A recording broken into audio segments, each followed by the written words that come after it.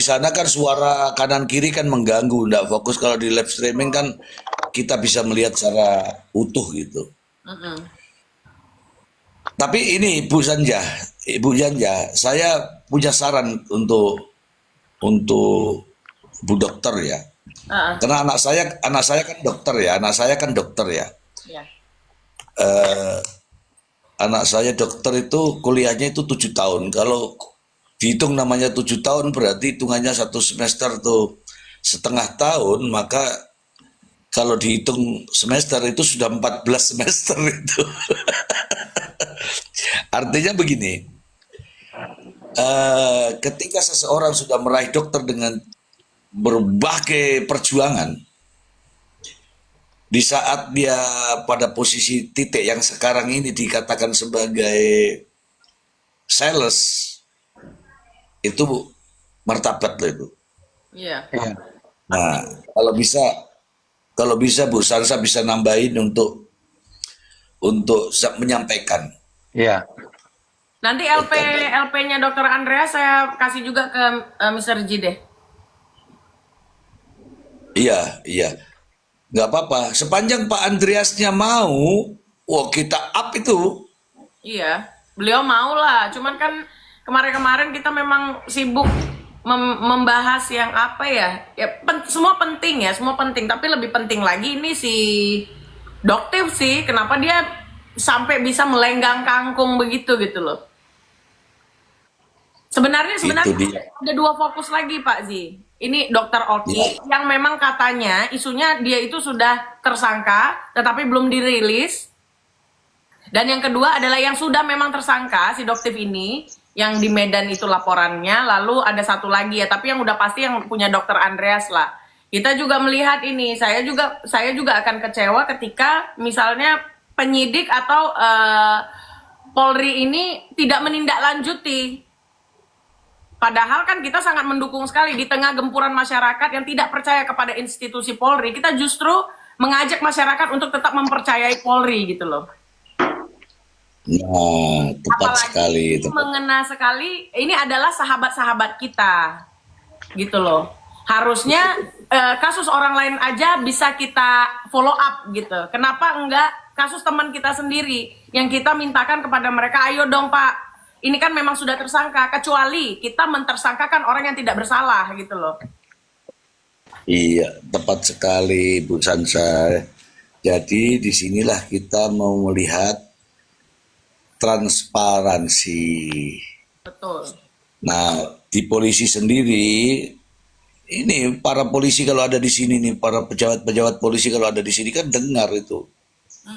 Wahai para pejabat, kan begitu diminta sama Kapolri. Ada juga dari arahan dari presiden itu. Betul. Polisi, maka kenapa sekarang polisi itu ada tulisannya filosofinya itu polisi untuk masyarakat. Iya. Itu kalau di kantor-kantor polisi kan kelihatan tuh. Polisi untuk masyarakat. Artinya disitulah dilihat transparansi dan ya kan akuntabilitas. Tapi harusnya bisa Pak Zi, karena perwira-perwira saja, saya udah beberapa perwira saja itu saya naikkan beritanya lalu mereka langsung ditindaklanjuti kok. Bisa, bisa. Makanya saya katakan saya itu optimis sepanjang saya punya data, meskipun saya tidak secara langsung, tapi saya dengan cara ini, mulut saya ini saya bilang, coba pakai cara begini, cara begini itu bisa. Dan itu mendapat apresiasi dari polisi itu sendiri. Iya, betul. Karena bagaimana polisi, sekarang saya tanya, bagaimana atasan mereka tahu kalau kita tidak pernah mempertanyakan? Dan mempertanyakan itu tidak bisa by phone. Tidak bisa by phone, harus dengan surat. Dan surat itu tidak bisa ke alamat itu aja, harus banyak tembusan. Begitu Bu, harus banyak tembusan. Kalau sudah banyak tembusan, disitulah menjadi perhatian. Kalau didiamkan saja nggak bisa. Betul, betul. kita masih positif aja, kita anggaplah ya, karena ini laporannya di Medan dan Medan itu memang tindak kriminalitasnya memang sedikit tinggi, jadi mungkin mereka sibuk. Tapi apabila sudah kita ingatkan dan ramai masyarakat ini menggaungkan laporan tersebut, ya harusnya tidak ada alasan lagi untuk mereka lupa atau terskip gitu loh Pak. Ya, itu pemikiran positifnya itu. Pemikiran positif itu. Tapi kalau Dia berpikir lagi negatifnya, mungkin si Doktif ini punya kenal siapa atau dia punya sesuatu yang bisa menahan itu. Harusnya juga para penyidik dan Kapolda, Kapolres yang ada di sana itu ya harusnya ya jangan mengambil resiko hanya karena hal kecil gitu loh. Karena ada tepuk tangan dari masyarakat ketika dia bisa menggolkan dan menindaklanjutin ketersangkaan tersebut gitu loh. Karena ini citranya buruk sekali Pak Ji. Benar, saya sepakat dengan Pak Ji ya. Masa iya orang tersangka terus bisa meremehkan ketersangkaannya? iya, Ya kan? Lalu iya. jalan-jalan terus bilang ke masyarakat lain, gue tersangka nggak apa-apa lah. Artinya ini kan akan meningkatkan kriminalitas yang lainnya. Karena mereka akan berpikir, oh tersangka itu ternyata nggak apa-apa ya, gitu loh. Ini menyesatkan nih, Iya. menyesatkan nih tindakan ini. Iya Bu, Ibu tadi bilang begini, tingkat kriminalitas tinggi. Oke, tapi boleh nggak mengabaikan laporan dari masyarakat meskipun setinggi apapun? Tidak bisa. Tidak bisa. Semua diprioritaskan bahwa ini ada kasus begini, ini berhenti dulu ya. Saya ada nangani kasus yang ini ya. Ya nggak bisa gitu. Tetap jalan semuanya. Makanya itulah yang dinamakan profesionalisme. Nah, kalau tiga hal yang dikumandangkan Polri sendiri, kemudian dia ingkari, ya itu coba lihat. Selalu Polri mengedepankan profesionalisme, Dan presisi. transparansi, dan akuntabilitas, ya kan? Iya. Tapi kalau ada atau langsung kita undang aja ini Ketua Umum Sahabat Polisi Indonesia yang dimana dia itu mendukung para sahabatnya untuk bekerja lebih baik lagi. boleh supaya bisa nyambung. Kalau bener karena ini kan ada di roomnya Om Bule. Kalau bersedia nggak apa-apa. Kalau misalnya mau ini di tempat yang lain boleh juga karena lebih transparan. Nanti kalau di roomnya Om Bule nanti mengganggu Om Bule loh. Enggak lah, aku suka, aku bosan jualan, capek. Tapi kalian jangan lupa ya check out. Ini bagus untuk bukannya Malu gempuran nanti gua kalian dibilang bergadang, komal dan mengikuti kecapean dari tingkah laku Nikita Mirzani. Kalian harus butuh vitamin guys. Soalnya aku disindir, ih kok jualannya gitu. Padahal kalau gue nipu, maling, korupsi, meres, baru lo nyindir, ih jualan. Kok di sini heran ya kalau orang jualan nyinyir, tapi kalau orang meres nipu dipuja. Dipuji, dipuja, didewakan. Saya salut justru sama Om Bule. Saya ini pribadi saya ya. Saya justru salut sama Om Bule. Kita harus Iya, mau kenapa netizen ini suka bilang dia ini bule kere. Saya ini temannya loh, temannya yang bukan di dunia maya. Saya ini teman di dunia realita. Bahkan rumah Nikita Mirzani yang tidak lunas 33M itu lebih mahal rumahnya Om Bule gitu loh Pak Ji. Tapi inilah pola-pola pikir mereka yang apa ya? Saya juga nggak tahu Pak sampai ngomongnya apa lagi gitu. Ya Bu. Ya saya paham betul itu karena sebenarnya saya juga nggak pernah mau nampakkan ini saya, tapi kan selalu pada tappingan itu kan. Tappingan dibilangi cari inilah, cari itulah. Jengkel saya. Saya baru lihat tadi pagi. Pak Zi ini anaknya seorang dokter. Kalian tahu sekolah dokter itu berapa? Ya. Jadi belum untuk dia prakteknya, belum untuk administrasinya, belum untuk kesiapan dirinya sendiri dengan ininya itunya ya. Jadi orang seperti kayak Bapak Z aja, kayak Om Bule aja, itu masih bisa diremehkan mereka dan dikatakan buzzer gitu loh. Jadi kalau dalam pola pikir mereka, orang yang tidak mendukung Nikita Mirzani sudah pasti buzzer, kan lucu. Lucu itu Pak, beneran. Saya Pak, biar jelek-jelek begini, saya ini lolos kaderisasi dari partai besar. Itu aja saya masih dibilang buzzer Pak. Itu dia. Itu dia. Ini Om Bule, ya Om Bule sambil jualan nggak apa-apa Om Bule. Enggak, aku cuma ngetik-ngetik doang balas. Enggak, aku sebenarnya nggak masalah. Apa ini? Enggak, aku jualannya kan sambil marah-marah, maki-maki netizen, usir-usir, ngeblok. Aku jualannya nggak ngemis. Orang datang tanya, terus udah saya sih nggak. Aku cuman kejarin itu aja. Tugas dari TikTok Shop harus kejar tayang itu doang. Durasi Yang kalian ya Om. tahu lah. Ya tugas supaya naik level itu doang TikTok Shopnya. Inilah kami bantu Ini pengalaman. dengan kita memberikan edukasi ya. Jadi ini sekolah vitamin namanya.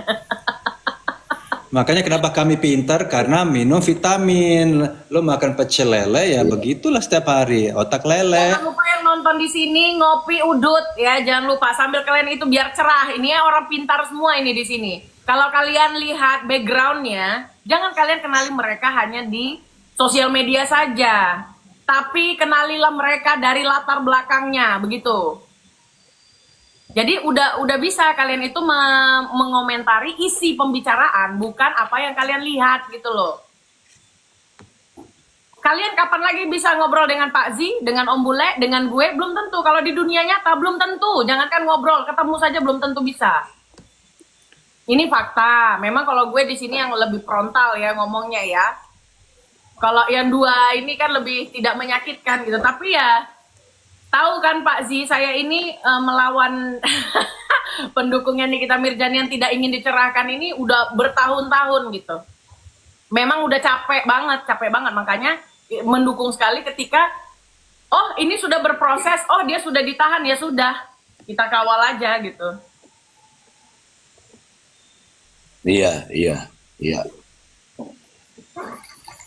Gak apa-apa. Karena pada dasarnya begini.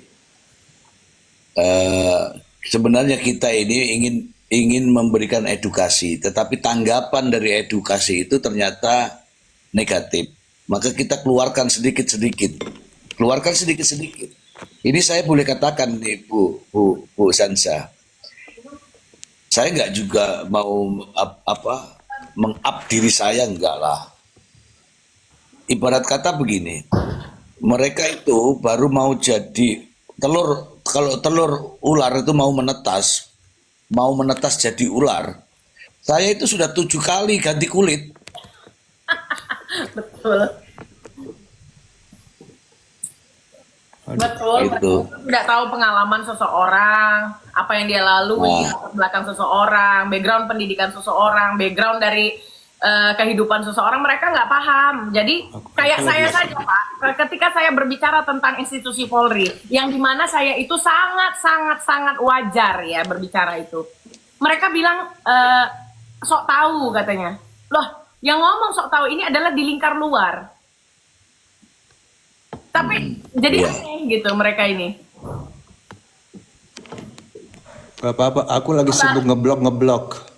Aku lagi sibuk. Intinya kita kembali ke topik. Jangan Om Bule. Memang kita menarik sekali membahas topik ini Pak Z. Kenapa?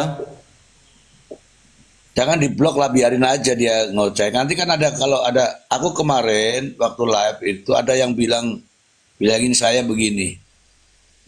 Oh dasar tua katanya gitu, dasar orang tua gitu. Iya, saya akui saya sudah tua. Tapi ingatlah, saya itu tua, tapi saya pernah muda. Nah kalian itu muda-muda belum tentu bisa setua saya. Betul. Mati duluan. Tapi bagus juga Pak Z ini di blog-blog karena kadang-kadang mereka mesin. Kalau dimatikan akun-akun itu mereka tidak muncul lagi. Bagus karena tradisi dari masyarakat Indonesia itu dia selalu melihat yang terbanyak. Jadi jangan sampai opini sesat atau narasi-narasi sesat itu justru yang berkembang gitu loh Pak Zi. Jadi lebih bagus kita blok Iya. mereka itu. Iya. Enggak, saya pikir itu baik apa namanya yang pembeli-pembelinya yang diblokir. Nggak apa-apa, aku kan justru nggak peduli. Dunia masih luas, Iya. aku kan bukan kejar duit doang. Iya. Kembali ke prosedur tadi, Bu Janja. Ya Pak. Bu Jansa itu kan LP-nya ada, nomornya ada, kan kita tidak tahu ini mau menyuarakan seperti apa ya kan. Nah, itu sebenarnya dokter, nggak usah sebut dokter, pelapor itu bisa mempertanyakan. Dan harusnya kalau ada polisi ya secara umum ya, ketika masyarakat mempertanyakan, itu terima kasih. Mm-mm. Dia harus segera tindak lanjuti. Kalau tidak ditindaklanjuti berarti dia tidak profesional. Iya, Begitu, Bu Sansa. betul Pak. Makanya harus ada gerakan untuk mempertanyakan. Kalau didiamkan saja nggak bisa. Kemudian menelpon by person juga nggak bisa. Karena yang jawab itu orang yang mungkin nggak tahu Iya. kendalanya seperti apa gitu. Nah, pelapor mempunyai hak untuk mempertanyakan bagaimana perkembangan yang dilaporkan, perkara yang dilaporkan. Gitu, Bu Janja.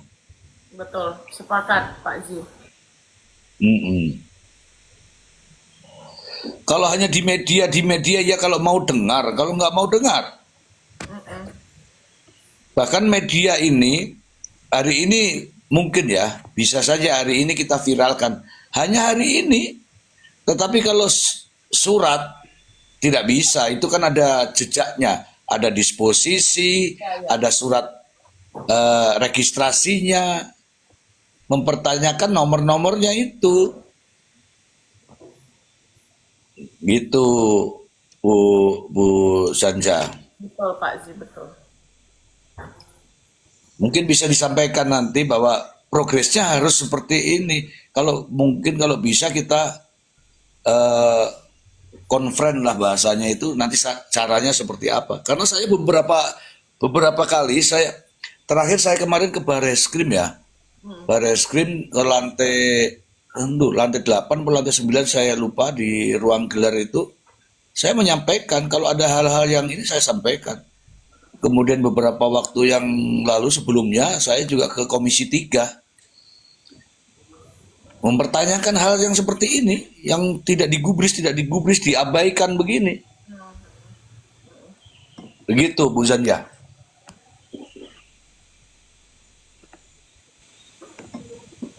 Tapi kalau sampai kita follow up ke Komisi 3 juga nggak jalan, bahaya kali nih Pak. Justru itu. Makanya kita menyurat dulu apa hambatannya. Kita pertanyakan apa hambatan dan kendalanya. Nanti kalau dia bilang kendalanya di sini, kita tambahin nih. Sudah, aku butuh KTP, kita kasih KTP, kan begitu. Ya. Supaya kita tahu nih, namanya transparansi. Kalau tidak ada kendalanya, tidak ada hambatannya, kok nggak jalan? Iya. Aduh apa? Padahal udah disita lagi apa akunnya ya Pak ya? Saya belum tahu perkembangan apa itu, kasusnya juga apa saya juga belum tahu, tapi saya hanya mendengarkan dari omongannya Pak pelapor itu, bilang saya sudah lapor, sudah ditetapkan sebagai tersangka, tapi sampai saat ini belum jalan. Iya. Nah, saya berpikir sudah menetapkan seorang sebagai tersangka, tidak mudah loh itu meningkatkan seseorang jadi tersangka. Iya. Terus jalan di tempat. Aduh apo, kan begitu kalau orang Padang bilang. Gitu. Ya, logis saja. Nggak usahlah saya bilang polisi. Om Bule saja kalau sudah oke, jadi ya deal. Kalau sudah kata deal itu kan artinya harus ada tindak lanjut. Iya. Tetapi kalau tidak ada tindak lanjut itu kan ada pertanyaan, ada apa? Kan begitu. Iya kan? Ada apa? Jadi teman-teman ini real ya teman-teman ya. Apabila teman-teman siapapun Anda ketika menerima suatu musibah atau ada masalah sehingga melaporkan ke polisi, kemudian statusnya nggak jalan, kemudian Anda tidak mendapatkan penjelasan dari pihak kepolisian, tidak mendapatkan namanya ya SP2HP, Iya. surat pemberitahuan hasil penyelidikan atau penyidikan misalnya, Anda semua sebagai pelapor atau korban wajib mempertanyakan. Itu berlaku general ya, berlaku umum ya, di mana saja. Apalagi kalau sudah ada peningkatan dari penyelidikan ke penyidikan, kemudian penetapan seseorang menjadi tersangka, kemudian diam, kemudian tidak bergerak, maka wajib bagi Anda untuk mempertanyakan, ya. Wajib bagi Anda untuk mempertanyakan. Apa yang harus ditanyakan? Ya, perkembangannya. Ada kendala apa? Ada hambatan apa? Nah, masalahnya saya heran itu si Marijan berusaha mencari simpati pendukungnya seolah-olah ini adalah kasus politik seperti Lembong atau Hasto atau faktor itu. Jadi bodoh, harusnya kan dia berusaha gimana caranya mencari simpati hakim dan jaksa supaya tuntutannya nggak gede. Saya bingung gitu, dia berusaha. Jadi berusaha si masa ini protes, tapi itu kan ini kan bukan kasus politik, ini kan untuk kepentingan dirinya, untuk nyicil rumah, bukan urusan negara. Iya, sepakat. Iya, ya. Saya juga memberikan edukasi di sini. Memang orang memandang polisi, tapi ingat, terkait bidang-bidang kriminal itu ada spesifikasi masing-masing. Dan ini ditangani oleh penyidik cyber. Artinya apa? Artinya terkait dengan dunia media sosial. Dan perkaranya bukan perkara pidana umum, tetapi pidana khusus. Ya, pidana khusus. Itu polisinya itu yang nangani itu kan dari cyber, Om Bule. Iya. Kalau dari cyber itu berarti kaitannya dengan media sosial atau media elektronik. Ya. Kalau ditangani oleh media elektronik itu bukan pidana umum yang menggunakan KUHP saja. Makanya ada judulnya itu. Kalau ditangani oleh Krimsus misalnya, Krimsus itu kan ada beberapa macam, ada tipikor, ada indaksi, ada ekonomi, ada pertambangan dan sebagainya. Nah ini kalau cyber berarti khusus di bidang elektronik, bidang media sosial. Dan ini baru teman-teman semua ya, baru. Direktur Reserse Cyber ini baru dibuat mungkin 1 tahun terakhir ini. Menyikapi dengan banyaknya korban terkait dengan media sosial. Iya. Nah kalau ditangani oleh Reserse Cyber, artinya ini bukan pidana biasa. Dan menyikapinya bukan biasa-biasa saja. Gitu. Menyikapinya bukan enak sekali biasa view-nya. saja. Iya, enak sekali tuh view-nya Bu Sansa. Iya Pak Ji. Gitu. Dan teman-teman juga harus tahu kalau yang nangani itu polisi pakai polisi pakai sabuk putih berarti urusan lalu lintas itu mah ringan. Kalau yang nangani itu sabara itu beda. Ini cyber. Cyber ini dibentuk dengan alasan begitu banyak kejahatan-kejahatan, kriminal-kriminal berkaitan dengan dunia maya. Artinya apa? Ini khusus. Gitu. Nah, kalau ini ya kasus terkait dengan kasus ini terdakwa ini tidak, saya bilang banyak terdakwa itu kalau sudah di pengadilan itu apa perilakunya itu berubah karena merasa bersalah sehingga berharap dengan perubahannya itu vonisnya jadi ringan. Iya. Tapi kalau tidak berubah bahkan meningkat, wah ini perilaku yang dipertimbangkan oleh hakim nanti. Kenapa?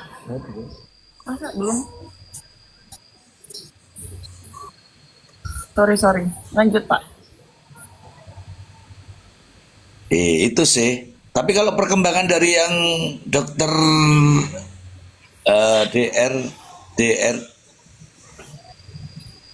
DRL ya namanya ya, DRL. Tabib filter. Aku panggilannya tabib filter karena suka pakai filter. Oh ya?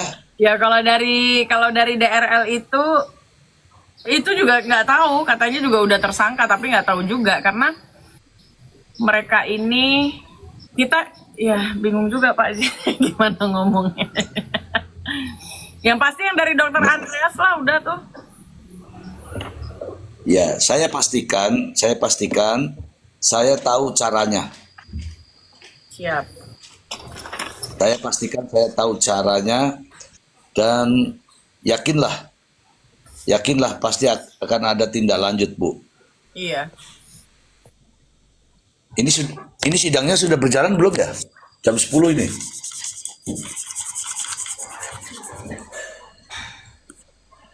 Teman-teman sidang sudah berjalan belum nih teman-teman di bawah? Saya sambil nonton ini Pak Zi. Sambil nonton ini. Sudah jalan sidangnya? Tapi belum ada live yang bisa ini ya. Dari media resminya belum ini. Jadi agak nggak jelas juga ini live streamingnya ini. Oh iya. Tapi udah berjalan ini sidangnya. Kita udah nggak sabar ini nunggu kesaksian dari Mail ya Pak Zi ya. Iya. Saya kira Iya. Mail itu Ini akan bagus. berkata sebenar-benarnya atau dia justru memberikan kesaksian palsu kan gitu. Iya. Kalau teman-teman kan membahasnya di Nikita Mirjani terus kan. Kalau saya justru saya menyoroti sidangnya Mail. Nah, kalau sidangnya Mail lebih kondusif dan lebih belak-belakan. Betul. Yang ada hanya iya. Karena memang iya. Iya, nggak bisa lagi membantah di pemerasannya dan itu ya dan aliran-aliran dana itu sementara di Nikmir itu terus saja mereka beralih-alih bicara soal kenapa duitnya diserahkan. Kan produk lu yang nggak bagus, karena produk lu nggak bagus itu terus Pak. Jadi proses hukum ini tidak berkembang pembahasannya gitu. Iya. Di Mail, di sidangnya Mail itu beneran nggak ada cerita tentang produk, langsung cerita bagaimana komunikasi permintaan uangnya, bagaimana pengambilan uang cash tersebut, lalu diberikan kepada siapa yang ini, siapa yang itu kan gitu Pak. Itu memang betul nggak ada bantahan itu Pak. Iya. Itu mah kata Om Bule itu sebenarnya ini dia pertanyakan. Ini kalau pertanyaannya ke produk terus, sebenarnya ini penasihat hukumnya membela atau menjerumuskan? Iya. Jangan-jangan dia udah lelah, lalu ingin memutuskan secara tidak langsung gitu kan kontraknya. Dengan apa? Dengan terserah lu aja deh katanya. Biar dalam-dalam lah sekalian gitu. Atau gini Pak Zi, atau ya kemungkinan dia ini berkolaborasi dengan orang-orang yang memang yang harusnya duduk di pesakitan, tetapi ya udah aja si Nick Mir aja lah yang buat gini buat gitu agar nama-nama yang seharusnya duduk di kursi pesakitan juga itu terselamatkan gitu loh Pak. Kan bisa saja Pak. Iya, bisa saja. Tadi juga sudah kita ada di balik ini ada sesuatu yang belum nampak. Tapi kita bisa sudah perkirakan. Iya, bisa-bisa aja kan. Dari ini aja Pak ya, sebenarnya ini Bapak lah yang ngerti. Sebenarnya kan memang boleh ya Pak ya, pakai pengacaranya satu gitu. Tapi kalau dia menggunakan pengacara yang berbeda, mungkin si PH-nya ini akan lebih membela kliennya ya. Tapi kalau kliennya ini punya satu PH, itu gimana kira-kira Pak? Ketika salah satunya harus dibela, yang satunya lagi harus tenggelam, itu gimana kira-kira Pak Ji? Nah itu dia, tidak ada pilihan ini. Ini disuruh milih tapi nggak ada pilihan. Ya kan? Bahkan kemarin dalam live saya itu, mungkin dari Bu, siapa itu ya? Bu Fitri kalau nggak salah. Perlakuan Mail dengan perlakuan terhadap Nikita Milyani itu berbeda, karena nggak ada yang memperhatikan Mail. Betul. Tidak ada satu orang pun yang membahas Mail. Selain kita loh Pak. Selain kita loh. Justru kita ini selalu bilang save Mail Pak.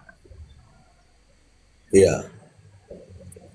Tapi mereka marah kalau kita bilang save Mail, karena mereka sangat paham kondisinya ketika kita menyelamatkan Mail dan Mail menyelamatkan dirinya, maka yang terjerembab ke jurang lebih dalam itu ya si Nikita Mirzani gitu loh Pak. Iya.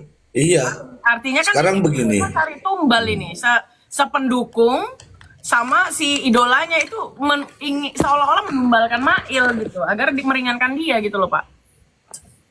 Iya. Sekarang begini saja. Pakai logika aja, teman-teman juga harus paham lah. Bagaimana ketika membela Nikita Mirzani mati-matian, bahasa saya begitu, meskipun tidak masuk pada substansi, tapi seolah-olah kelihatan mati-matian. Seolah menanyakan, seolah-olah serius deh, ini saya bilang seolah-olah. Tetapi begitu berhadapan dengan Mail, biasa-biasa aja, nggak ada. Padahal itu satu dakwaan yang sama dengan korelasi masalah yang sama, tetapi berbeda perjuangannya. Nah, Iya. terus kalau Mail bilang iya, di satu sisi bilang tidak, nggak akan ketemu tuh pembelaan itu. Iya. Teman-teman juga bisa nilai lah, teman-teman netizen juga bisa menilai. Ketika sama netizennya juga, pendukung-pendukungnya juga, setelah terdakwa selesai, pada pulang juga. Betul. Ya ada sih yang tinggal lebih sebagian. Makanya aku bilang kenapa mereka nggak jual rumah mereka, jual mobil. Kalau memang mendukung kan rela kehilangan harta demi idolanya. Ini nggak cuma ngerocos tapi nggak jual, nggak sumbang, nggak nyumbang duit. Kenapa ya? Kalau kita mendukung kan seperti dulu kita pilpres kan, kita jual rumah, jual mobil demi paslon gitu. Ini apa kok enggak gitu? Udah hilang mau satu mobil. Bukan, gue jual villa gue yang di Bali satu. Ya tolol, kenapa? Oh enggak, itu bentuk sumbangsi ya.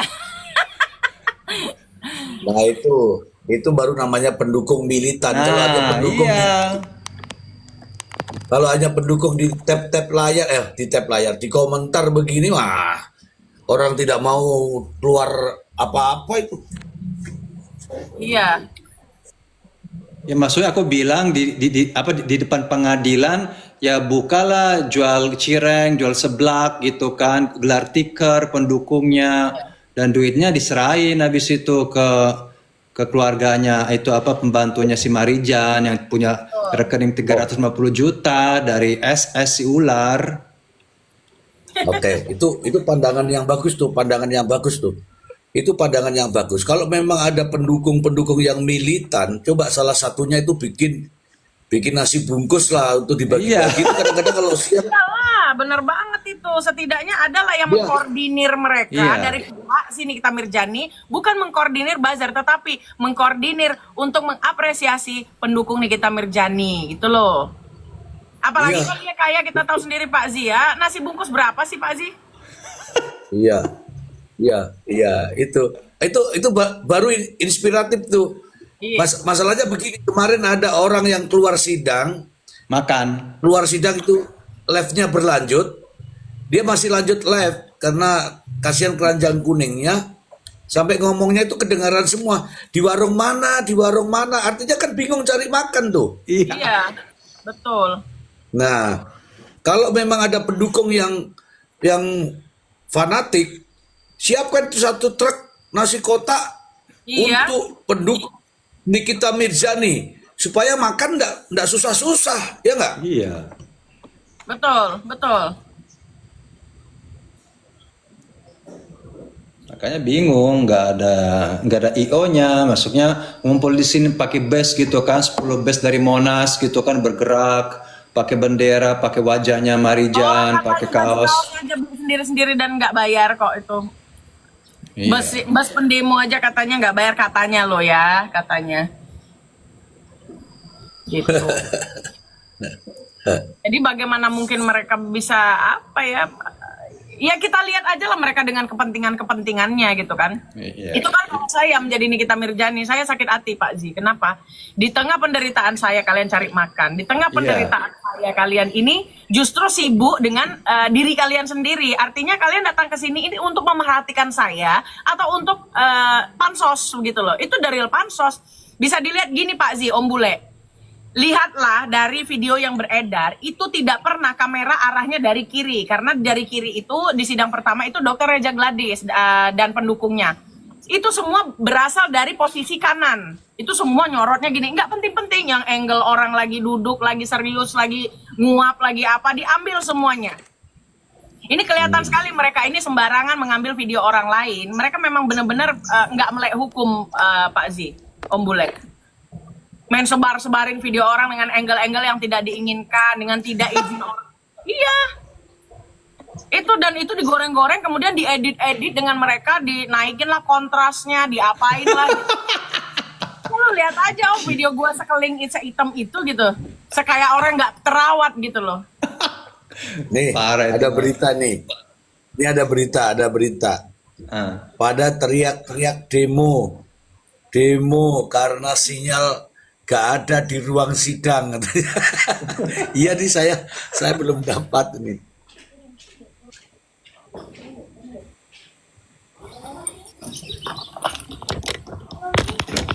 Turun. Kalau saya realitas saja. Realitas saja. Iya. Betul. Iyalah Pak Zi, harusnya kan. Tapi kalau kita cerita pendukung memang ya sulit sih. Harusnya bukan pendukungnya ya, tetapi ada dari pihak kita Mirjani yang memang mengelola mereka dengan layak gitu. Dan memberitahu mereka nggak hanya untuk konsumsi Pak, tapi untuk etika dan perilakunya. Betul. Ya kan? Jadi jangan makin memberatkan dan memperburuk reputasi dari seorang public figure yang namanya Nikita Mirjani kan gitu. Itu kalau mereka Ini semua ada yang- kondisi beretika, kita nggak sampai segininya loh membenci Nikita Mirjani Pak. Kebencian kita terhadap Nikita Mirjani itu tidak bisa dipungkiri. Itu masuklah sumbangsih daripada pendukungnya yang terus menghina. Akhirnya kita hina idola dia. Itu kan merugikan Nikita Mirjani Pak Zi, Om Bule. Ya kan? Iya. Sebenarnya Iya, mereka betul. semakin rusuh gitu, semakin memperburuk hukuman. Kalau pendukungnya anteng, mereka itu sopan, anggun, dan hakim bilang, wah ini sebenarnya si Marijan ini memberikan teladan yang baik bagi masyarakat. Kenapa harus dihukum berat? Lihat itu semua pendukungnya baik-baik, mulutnya sopan. Dengan begitu justru memperberat. Makanya saya setuju, makin rusuh, makin hina kita, makin hina hakim jaksa. Itu bodoh sekali, namanya juga orang bodoh. Karena apa TK pun nggak lulus. Kalau orang kan SMA nggak lulus, ini TK nggak lulus. Betul, betul banget.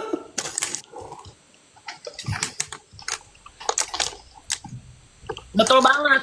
Jadi mereka bangga dengan menghina-hina orang yang pendukungnya Reza Gladys ya. Sehingga kita akhirnya tidak membiarkan diri kita untuk dihina-hina mereka. Akhirnya kita pun melakukan hal yang sama. Tapi tetap ya, kita ini kan akan membalas apa yang orang lain balaskan. Dan itu menurut saya boleh ya Pak Zi. Saya nggak tahu itu boleh apa enggak, tapi rasanya boleh. Kalau ada orang bilang kita hantu kan kita balas dia balik hantu gitu. Akhirnya mereka tersinggung dengan kata-kata yang kita lontarkan kepada dia, padahal dia yang memulai gitu. Dan pada akhirnya ketika dia membanding-bandingkan kita dengan idolanya yang sangat tidak beretika itu, kita jadi justru menunjukkan apa-apa saja yang dilakukan oleh idolanya yang tidak beretika itu. Itu kan akan memperkeruh suasana untuk si idola dia tersebut gitu loh. Nah, kalau saya juga bisa melakukan itu sepanjang sudah menyerang begitu ya. Menyerang pribadi saya akan membalas. Halo Bang Maksi. Silakan mau naik. Bang Maksi, ayo naik ini Bang Maksi. Maksi Karepu, sok, mangga. Ya. Beliau ahli hukum itu. Bukan, ini siapa ini Loh. Ke Fatimah? Siapa? Wah, saya tahu ini sesuatu ini. Enggak, aku invite Maksi Karepu, kok yang keluar orang lain.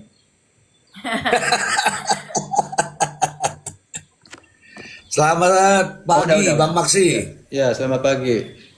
Selamat pagi Om Bule, Bang Pagi. Mr. Z dan juga Mbak Sansaya. Assalamualaikum warahmatullahi wabarakatuh. Salam. Waalaikumsalam. Nah, silakan. Ini Bang Maksi ini lagi nunggu. Lagi nunggu Bang Maksi. Oh, oke.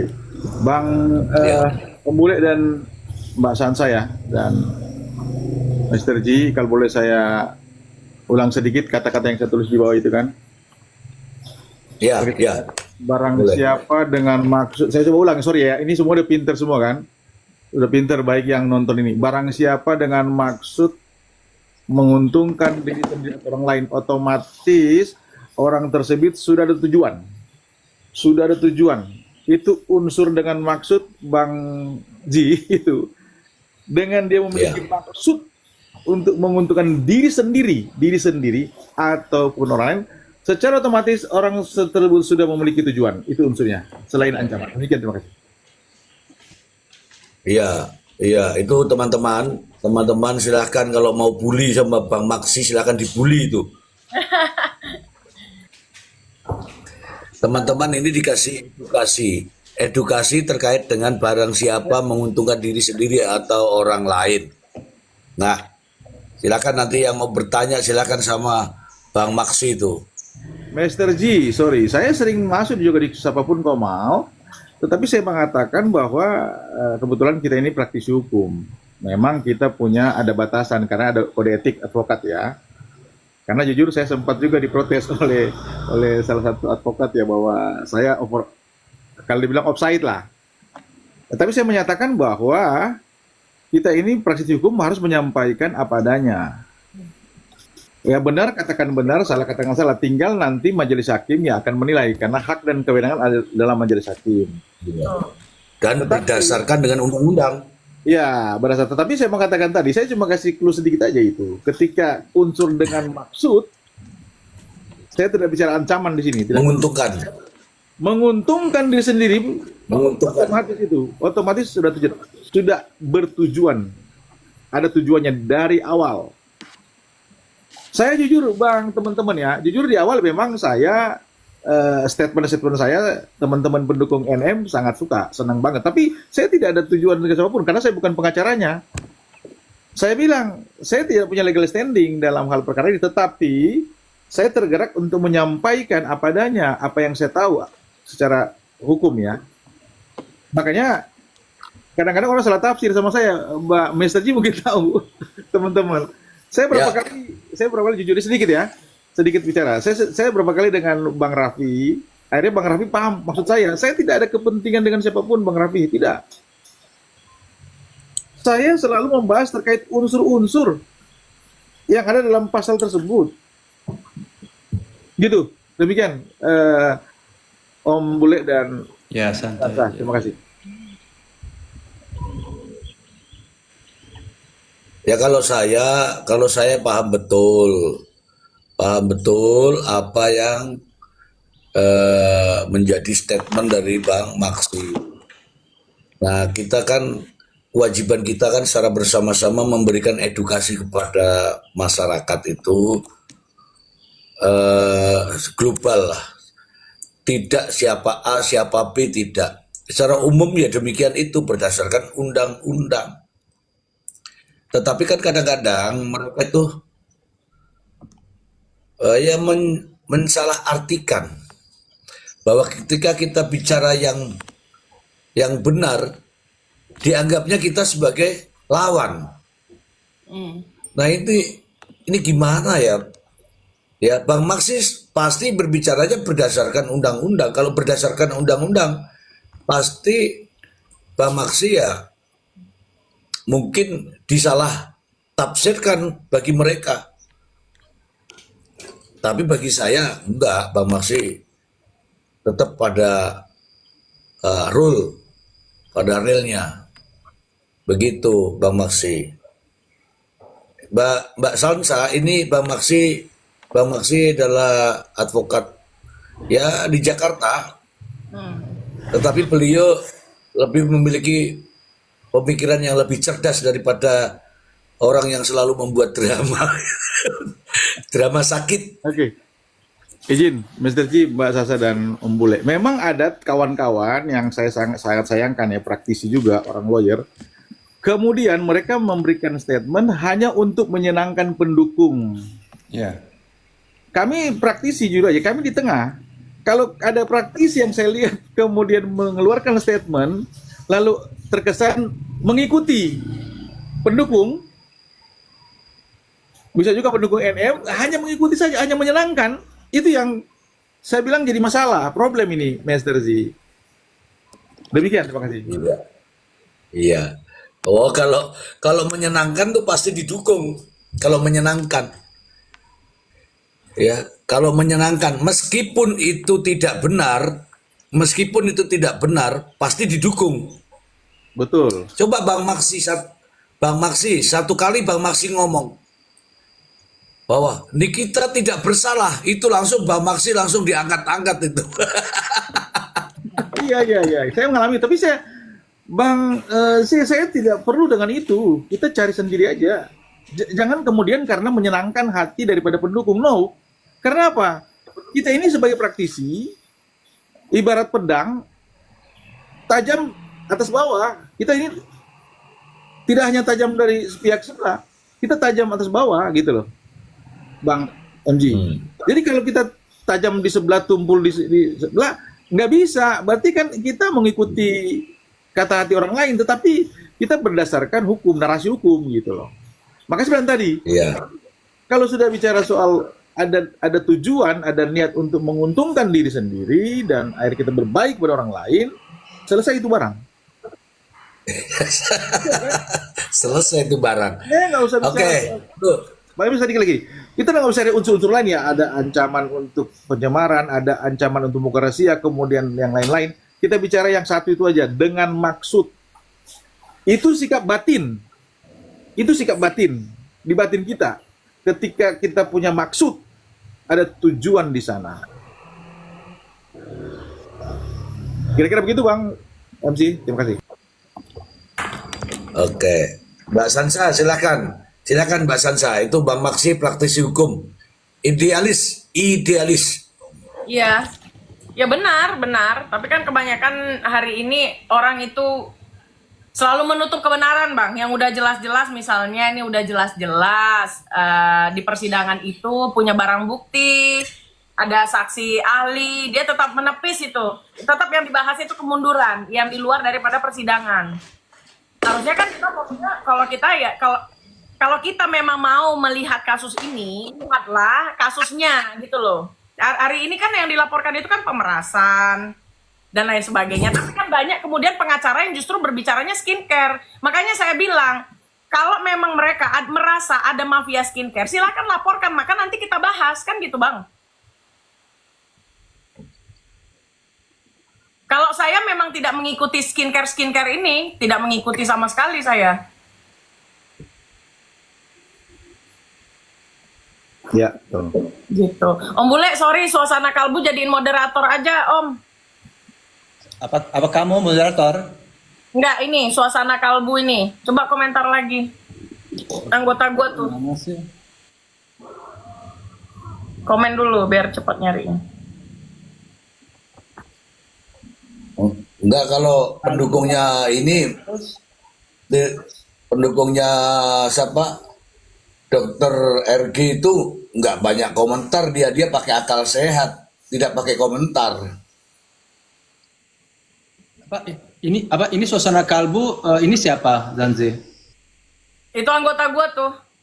Caranya Jadiin moderator aja biar Om nggak capek. Oke ya. Moderator udah confirm. Oke. Suasana kalbu udah ya. Thank you, Om. Aku capek loh ngeblok. Ya makanya.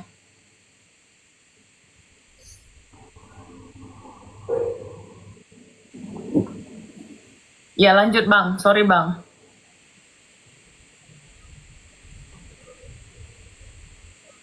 Bang Maksi,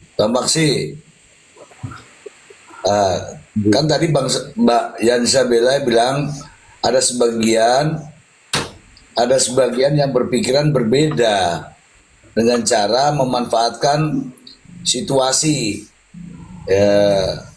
Kalau Bang Maksi kan idealis saja, nggak harus mengikuti, berada pada posisi tengah. Begitu Bang Maksi. Oke, Bang MC. Bicara soal katakanlah dugaan produk bermasalah, kemudian rekaman ilegal, kemudian ada dugaan-dugaan rekaman yang katakanlah kong kali kong, itu dua substansi materi yang berbeda. Tiga. Itu berbeda. Makanya kita fokus saja, kita fokus ke 369, 27B, ayat 2, itu aja. Betul. Kita fokus unsur-unsur itu. Kalau bagi saya begini sih, teman-teman. Bagi saya kalaupun apa namanya, kan ini kan lagi proses nih. Iya. Pembuktian lagi diuji. Betul. Gitu aja. Jadi nggak usah kemana-mana. Kalau mereka kemana-mana tadi ada ilegal rekaman, kemudian ada. Makanya Bang Silly bilang kan, saya bilang whatever diduga ada ilegal rekaman antara si Mail dan korban ya, katakanlah gitu. Itu dua hal yang berbeda, dua substansi materi pokok berbeda, tapi isi di dalamnya itu diuji. Isi di dalamnya itu, pembicaraan itu diuji. Apakah ada unsur-unsur 369 di situ atau tidak, kan begitu. Demikian.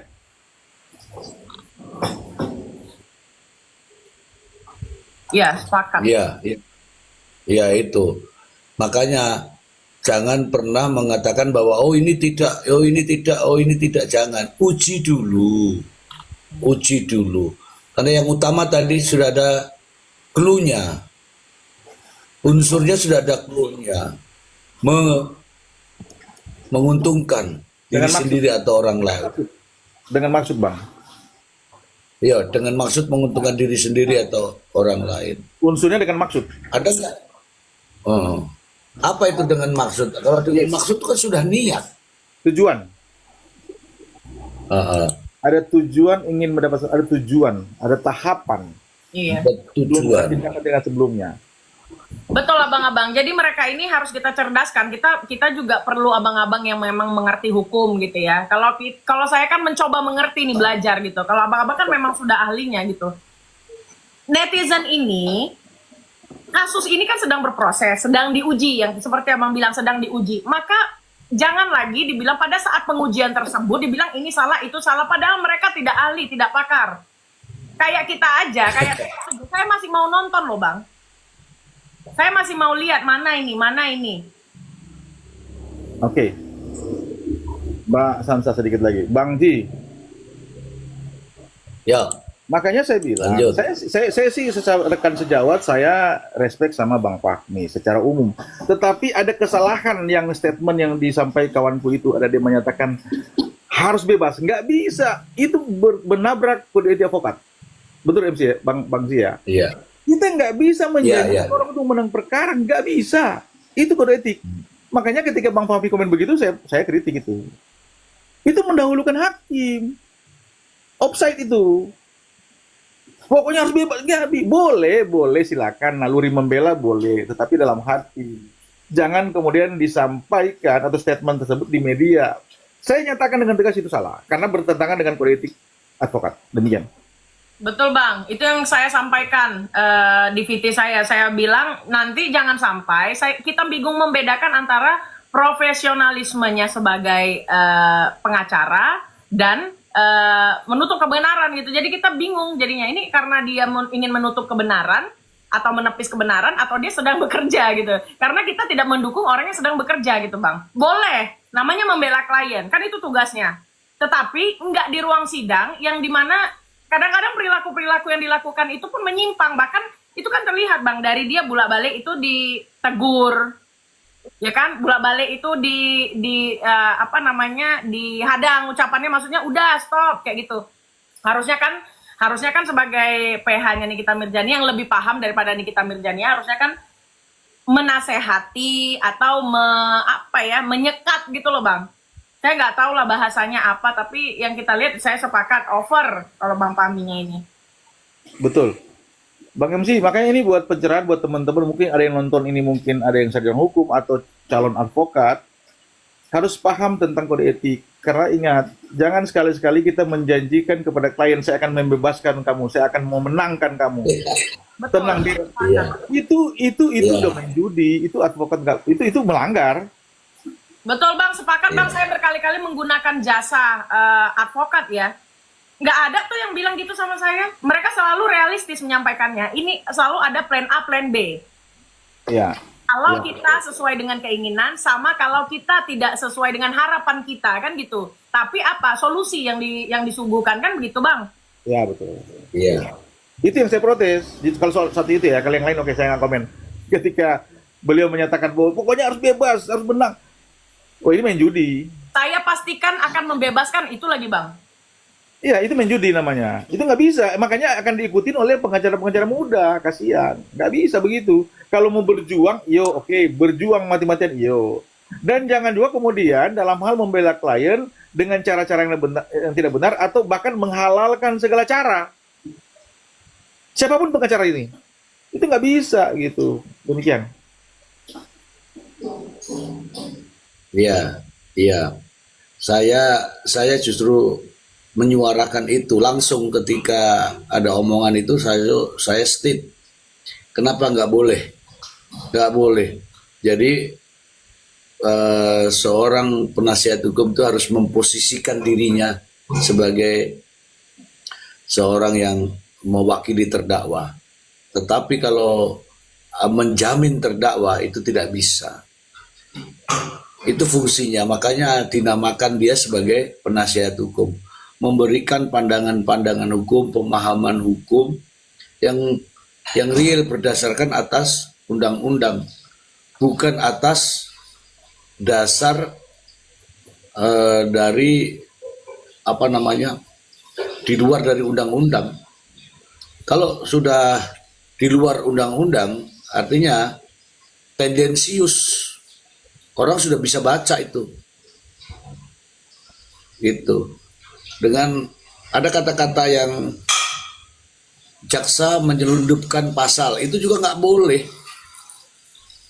Karena kalau itu kontradiktif dengan undang-undang.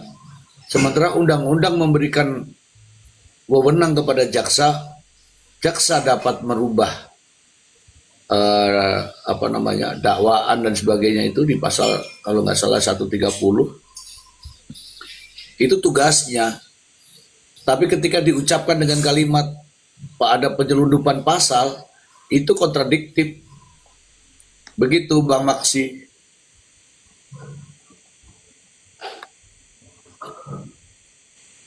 Ini ada pertanyaan, sebenarnya bagus di pertanyaan, tapi kalau dari Wonder Woman tadi itu bagus pertanyaannya. Mengapa BAP dirubah, atau mengapa BAP dengan keterangannya berbeda di persidangan? Itu bagus pertanyaan itu dan harus diberikan pencerahan. Tetapi kalau sudah dikasih pencerahan masih juga ngeyel. Aku ingin ya, ini Bang Maksi coba dijelaskan itu. Bagaimana BAP dan keterangan saksi boleh nggak berubah, boleh nggak berbeda? Yang mana kira-kira yang digunakan? Silakan Bang Maksi.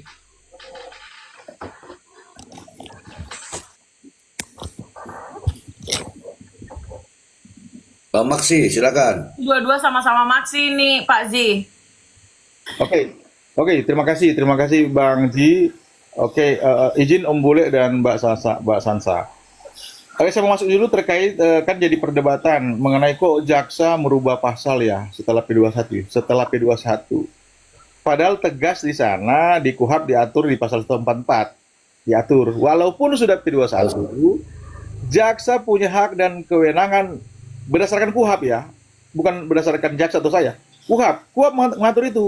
Setelah P21, jaksa ketika dia meneliti dengan cermat, dia bisa merubah dan menggantikan. Bukan penyelundupan, bukan, tidak salah itu. Itu KUHP itu. Ini memang jarang orang tahu. Orang mikir selalu P21 selesai. Tidak, setelah P21, asalkan belum sidang, kecuali udah sidang perdana. Selama belum sidang perdana, jaksa punya hak dan kewenangan untuk merubah pasal tersebut. Dia bisa merubah. Bukan menambahkan atau mengurangi, bahkan dia rubah semua itu. Karena apa? Pasal-pasal yang dihadirkan oleh pihak penyidik itu bisa gugur, bisa tidak laku. Yang laku itu ketika di JPU. Penyidik bisa menaruh pasal apa saja, mau pasang kayak pasang togel, bisa. Ya. Bisa. Tetapi JPU yang menentukan, baik sebelum P21 maupun setelah P21. Kecuali sudah sidang. Kalau sudah sidang, maka itu tidak boleh. Jadi nggak bisa protes. Ada KUHP. Kemudian yang kedua, Bang Ji bilang tadi ya, keterangan yang di BAP dengan keterangan di muka persidangan berbeda. Yang menjadi alat bukti adalah keterangan di muka persidangan, bukan di BAP. Alat bukti ya. Karena alat bukti yang nomor satu yaitu keterangan saksi yang di muka persidangan. Itulah akan menjadi alat bukti pertama. Demikian. Bang Ji, mungkin ada tambahan dari Bang Ji. Iya teman-teman. Teman-teman, tadi ada yang nanya itu berubah. Nggak ada salahnya itu. Nanti hakim akan bertanya, yang mana? Keteranganmu yang mana? Yang diucapkan ini sudah benar semua? Salah semua? Salah sebagian? Itu kan diberikan pertanyaan itu. Jadi teman-teman, karena saksi itu, keterangan saksi itu sebagai alat bukti, jadi keterangan yang diucapkan di ruang persidangan itulah yang benar. Meskipun berbeda dengan BAP, enggak masalah. Enggak masalah.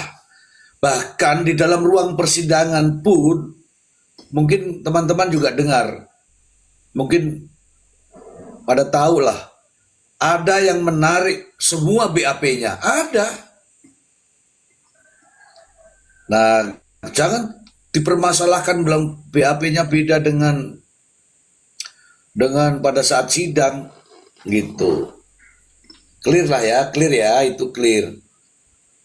Yang jadi domain jaksa itu, jaksa sudah punya undang-undangnya tersendiri dia bisa merubah, tapi merubahnya juga nggak seenaknya. Tadi sudah dijelaskan bahwa sebelum 1 minggu ya, bahasanya 7 hari sebelum sidang itu sudah ada pemberitahuan kepada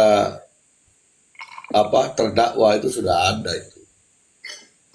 Gitu teman-teman. Yakin deh kalau teman-teman itu mau belajar dan mengosongkan kepala, mengosongkan ya biar ada isinya.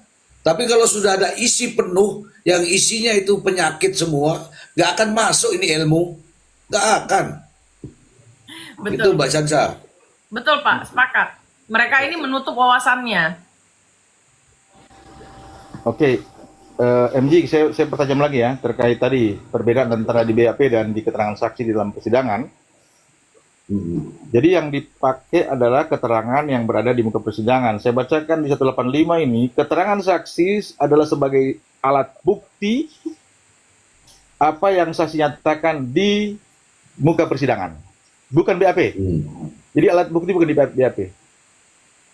Kemudian satu lagi Mr. G yang kita sempat diskusi semalam, ini bahaya loh. Ada salah satu yang menyatakan bahwa korban bukanlah dokter. Itu bahaya, Pak.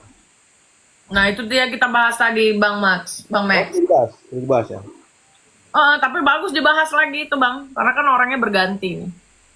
Karena kalau sampai itu terbukti keterangan palsu, 242 menanti itu, pasal 242, Bang Ji. Kalau dipersoalkan oleh korban. Iya, harusnya dipersoalkan sih, Bang, karena itu reputasinya itu. Sama aja kayak gini, Bang. Kayak dia melaporkan karena kredibilitas dia itu ingin dijatuhkan. Ini kan sama kesaksian dari si Doktif ini kan juga menjatuhkan profesi dia ini. Iya.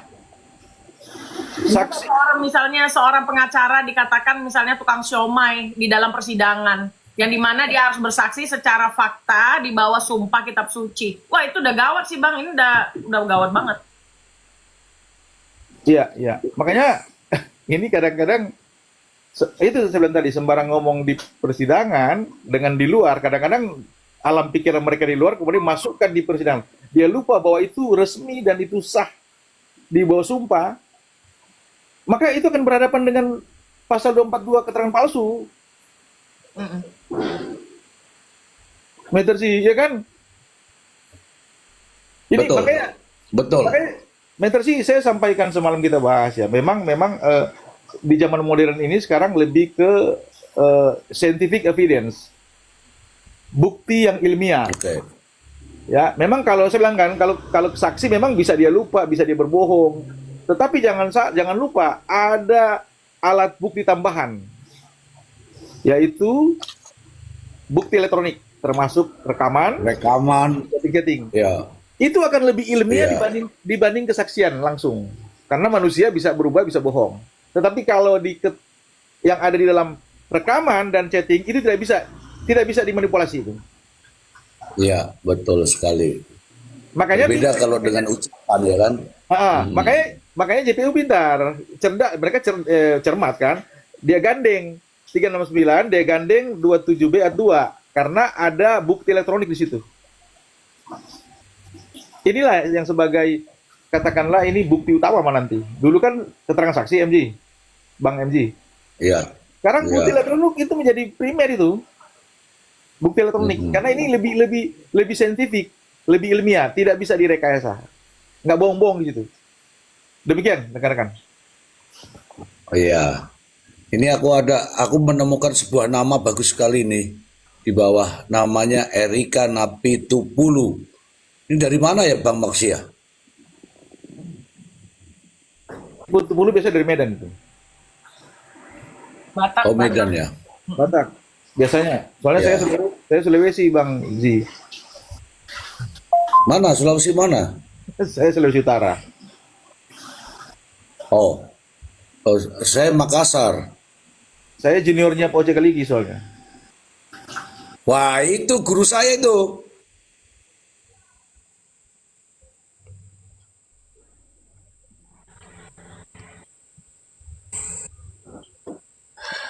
Oke. Teman-teman, Bang Ji, Om Bule dan Mbak Sansa, sorry ya, saya turun dulu ya. Ya, Ada- terima kasih Bang Max. Makasih banget Bang. Makasih banyak. Baik, terima kasih semuanya. Tetap semangat. Makasih Bang Mek, Salam Bang sehat. Meksi.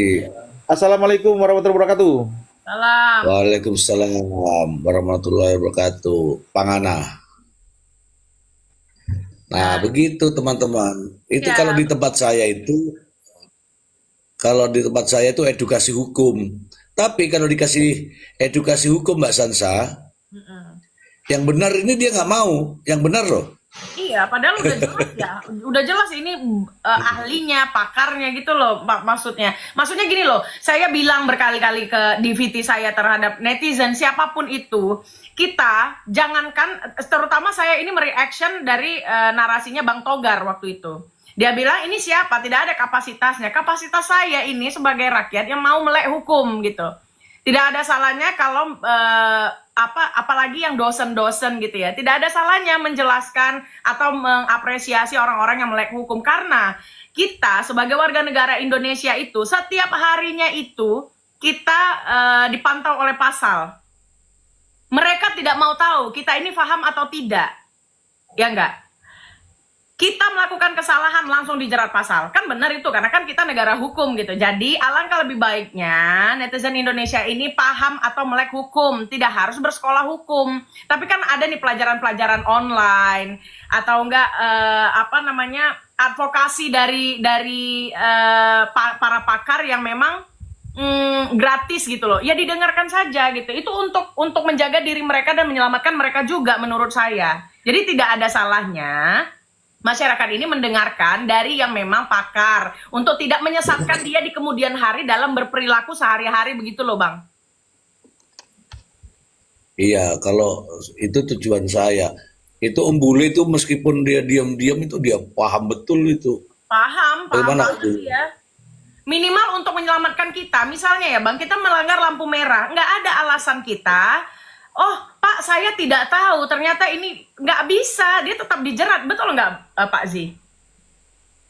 Iya, betul. Betul. Contohnya kita menggeser-geser pagar rumah, ya kan? Nah ternyata orang yang tanahnya kita ambil secara tidak sengaja ataupun disengaja, karena kita tidak paham hukum, maka orang tersebut paham hukum, kita bisa kena sama dia. Dan kan nggak bisa kita juga bilang nanti, oh saya nggak tahu, kan nggak bisa kan, buktinya ada nenek-nenek umur 90 tahun nebang pohon, ngambil pohon di wilayah orang, dia di penjara, betul nggak Pak Zi, Om Bule? Iya, betul. Makanya perlunya kita, begini teman-temanku semuanya yang ada di bawah, jangan pernah melihat bahwa siapa yang berbicara, tetapi ingat, apa yang dibicarakan. Sepakat. Nah, gitu. Kalau mereka ini fokusnya memang kemana-mana Pak Zi, jadi bingung juga kita. Kayak kemarin aja ya, ini sorry ini sedikit aja di luar, tapi masih terkait ini. Kayak Bapak Togar, seharusnya sebagai seorang guru mengapresiasi. Nah, apalagi kemarin berita itu dibilang hoax. Saya bilang, bagaimana mungkin kasus tidak ada lalu Anda melakukan pra-peradilan? Setahu saya yang awam ini, pra-peradilan itu dilakukan karena adanya kasus. Pra-peradilan itu untuk menepis ketersangkaannya beliau. Nah, kemarin ternyata terbukti bahwasannya dia kalah di pra-peradilan. Dan status tersangkanya masih tetap gitu. Artinya netizen dibilang hoax, dia percaya, oh Zanzabella melakukan hoax. Ya gimana kita melakukan hoax, ya nggak mungkin lah gitu loh. Itulah artinya kalian harus mengetahui, tidak bisa ujuk-ujuk orang dinyatakan sebagai tersangka walaupun dia bisa melakukan pembelaan-pembelaannya, lalu kasus itu ditiadakan, itu nggak mungkin. Itu hal-hal remeh-temeh saya rasa yang mereka kok sampai lost doll gitu loh, nggak masuk ke pemahamannya gitu loh Pak. Iya. Kalau Om Bule ya, aku seneng gaya edukasinya, seneng. Meskipun itu dengan kocak, wah, ada yang kena itu. Om Bule. Oi. Ya aku kan tahu semua, maksud saya nggak mau ikut, saya ngomong, mau menikmati aja. Iyalah, orang-orang seperti ini, walaupun dia bercanda kan kita tahu poin-poinnya apa dari pembicaraan tersebut, Pak Zi.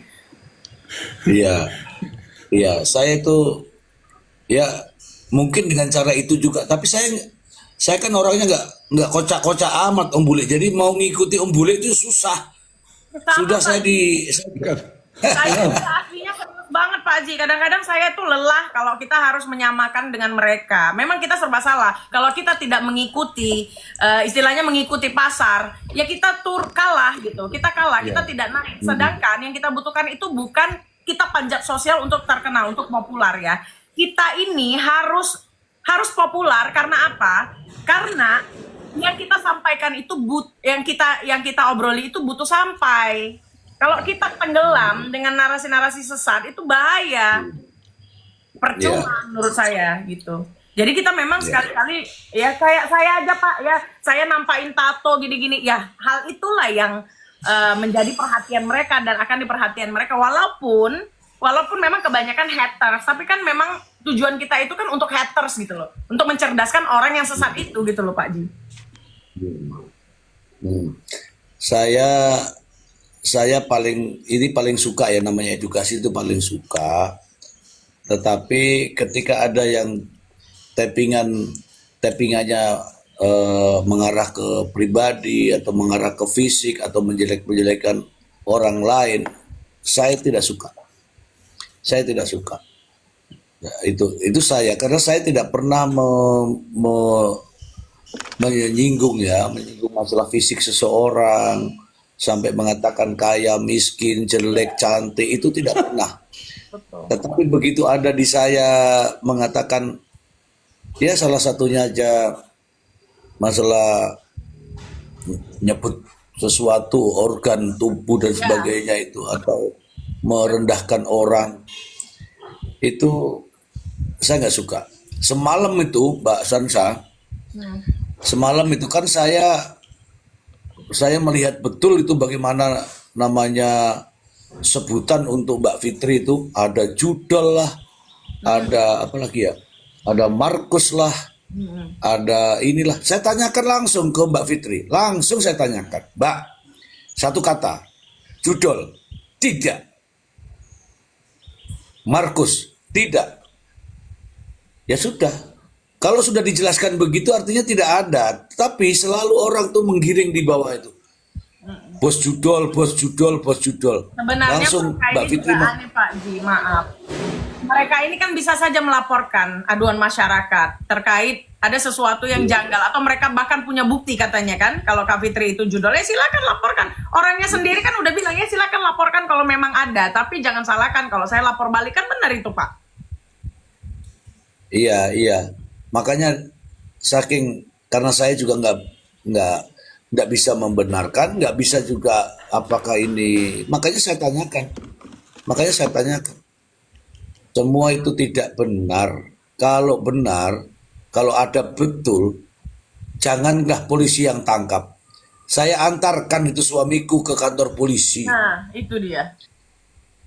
Kalau ada pernyataan begitu kan, ya nggak teman-teman ya?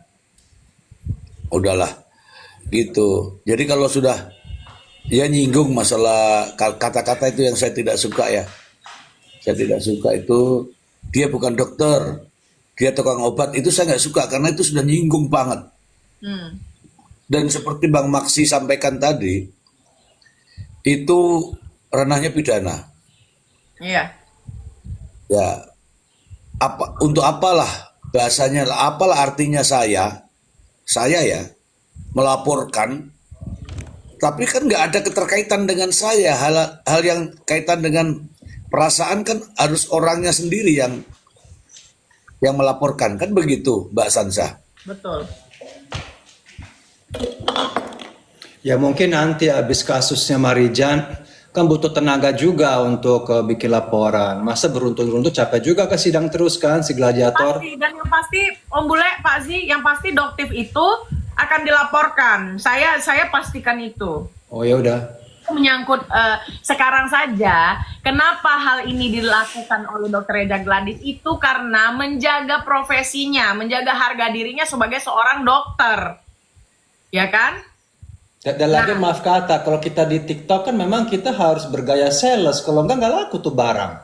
Gimana dong? Kecuali kita di klinik nggak mungkin lompat-lompat, nungging-nungging kayak joget-joget kan di klinik dokter kita. Kita di sini sosmed ya butuh hiburan ya, memang mungkin gayanya kayak sales kayak gue juga kan kocak karena kebutuhan untuk narik perhatian. Wajar aja kalau Dokter Reza Gladys melakukan hal tersebut. Kenapa? Karena dia adalah dokter yang memang mengeluarkan atau menciptakan produk kecantikan. Wajar kalau dia berjualan. Ini yang anehnya Pak Zi, Om Bule. Datang ke persidangan dengan laporan dengan terdakwa atas laporan pemerasan dan TPPU, masih mereka itu saksinya bawa produk. Padahal dia bukan saksi ahli. Ya kan, kemana-mana nenteng produk, justru itu yang terlihatnya seperti sales produk menurut saya.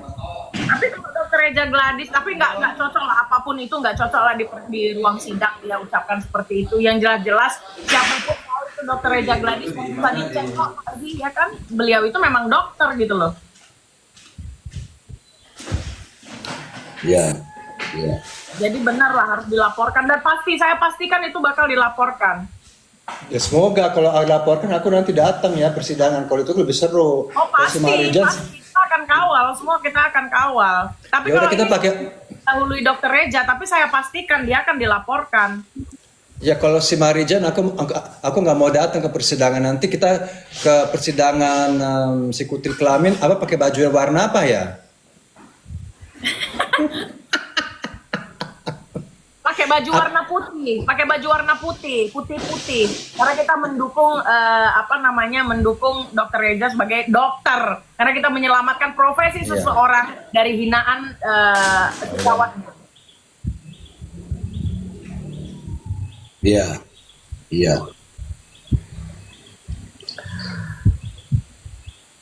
Ini banyak di teman-teman saya di sini. Banyak teman-teman saya di yang satu bangku kuliah. Ya, karena di tempat saya ini ada Bang Han, ada Bu Ani, ada Ani Rara, ada Ismi. Ini saya melihat-lihat ini. Ini yang muncul di sini dengan kata-kata yang sama di tempat saya, itu yang saya sudah blokir, muncul lagi juga di sini. Ini kan robot itu robot. Diblokir juga nih mereka, ini mesin, ini orangnya nggak ada ini Pak Haji. Mesin. Iya. Iya. Oh, ada berita ini bahwa sidang ditunda jam 13 ya. Karena Nggak tahu tuh, ada yang ngasih komen di sini. Ya mungkin rusuh, mungkin Mr. Z, ulas Mail. Oke. Ayo kita ulas Mail ya teman-teman ya. Kita ulas Mail ya. Ini ada permintaan ya. Ada ulas Mail nih. Ada permintaan ini. Kalau ada permintaan saya penuhi lah. Ini yang menyenangkan atau yang sebenarnya?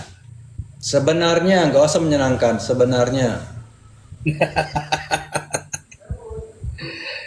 Jadi begini teman-teman, terkait dengan Ismail ya. Markona, aku panggilnya Markona. Ismail. Oh, Ismail itu Markona. Ya di VT gue Markona, nama samaran. Oh. Saya nggak tahu jadi. Yang saya tahu tuh baru ngeh itu ya Marijan itu. udah bertahun-tahun itu nama disematkan oleh Om Bule, Marijan. Iya. Nah, begini teman-teman, terkait dengan Mail. Mail itu, ini bahasa sederhana ya, nggak usah yang bahasa muluk-muluk, enggak. Ya. Mail itu eksekutor. Kalau terdakwa yang satu, inisiator. Ya kan? Jadi orang yang mengeksekusi itu atas perintah, atas perintah. Dia nggak akan berani, dia nggak punya kekuatan. Oke. Nah sekarang kita harus buktikan nih perintahnya seperti apa. Perintahnya seperti apa gitu kan. Tuh. Dinda, terima kasih Dinda informasinya.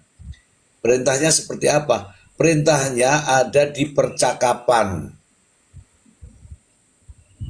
Karena Mail itu mau ngomong itu sebelumnya nanya dulu. Aku harus ngomong apa ini? Tulis. Artinya apa? Mail menunggu perintah. Setelah mendapatkan perintah, itu semua dilaksanakan, teman-teman. Melvin sudah datang ke persidangan. Melvin sudah datang di persidangan. Ya, itu yang saya bilang ya. Datang. Itu yang saya bilang kemarin. Jadi datang sekarang. Datang. Bagus, berarti dia setia kawan. Datang. Ya karena saya bilang warga negara itu wajib untuk, ya kan? Oke, lanjut lagi ya. Kalau itu atas perintah artinya dia hanya menjalankan perintah. Oke. Dari percakapan itu kelihatan mana yang memerintah, mana yang memberi perintah. Dan hakim pasti tahu itu. Dan itu ada hubungannya dengan jejak digital. Jejak digital itu ya terdakwa sendiri yang ngomong. Mulai dari A sampai Z itu semua ada jejak digitalnya. Nah sekarang teman-teman, karena kita ini masih mengikuti dakwaan dari jaksa, ada kewajiban jaksa untuk membuktikan itu benar atau tidak bahwa ada perintah melalui chat, ya kan? Ada perintah melalui chat. Teman-temanku semua, ini bukan tindak pidana biasa atau tindak pidana umum, bukan. Ini adalah tindak pidana khusus yang berkaitan dengan elektronik. Makanya buktinya harus elektronik. Apa yang dimaksud dengan elektronik? Ya percakapan itu. Kapan percakapan itu akan didengarkan? Nanti setelah sidang saksi-saksi fakta, barulah pembuktian dengan barang bukti dan ahli. Nah di situ teman-teman semua dengarkan. Didengarkan, kalau sudah mendengar fakta persidangan jangan dibolak-balik. Iya.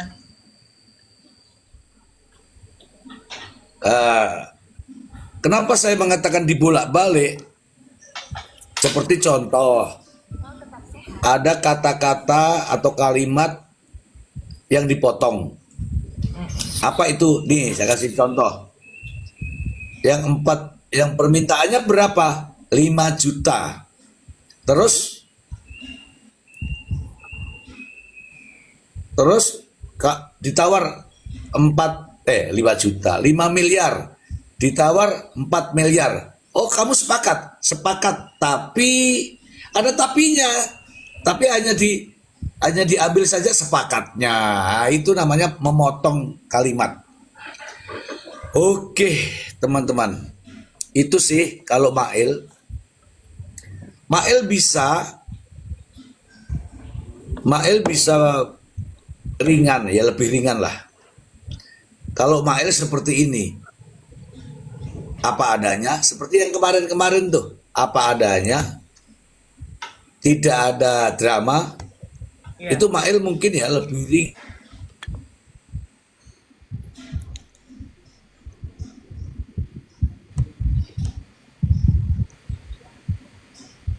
Ya. Kenapa signal hilang ya? Enggak. Benar. Jadi nanti mungkin abis saksi ahli baru Mail ya. Apa setelah jam 1 guys? Kalian nonton di mana? Gue dari tadi nyari-nyari. Gak ada akun resmi yang ini, media resmi yang menyiarkan. Ya, mengingkari keterangannya. Nah, itu yang berat, teman-teman. Oke, saya juga tunggu-tunggu ini mau nonton, Iya. mau anu nih. Ini kata netizennya di live streaming mereka ini, saksinya itu pro RG dan SS, lo bagaimana? Itu kan sesuatu saksian fakta. Masa semuanya kalau ternyata semua saksi itu memberatkan Nikita Mirjani, artinya semua yang dia perbuat itu ya benar gitu loh. Oh, nah ini supaya adil, teman-teman. Saya kasih tahu nih. Saksi ini dihadirkan oleh jaksa. Saksi ini dihadirkan oleh jaksa. Nikita Mirjani kalau mau meringankan, ada nanti saksinya Nikita Mirjani. Ada saksinya Nikita Mirjani. Tapi belum sidang kok. Iya.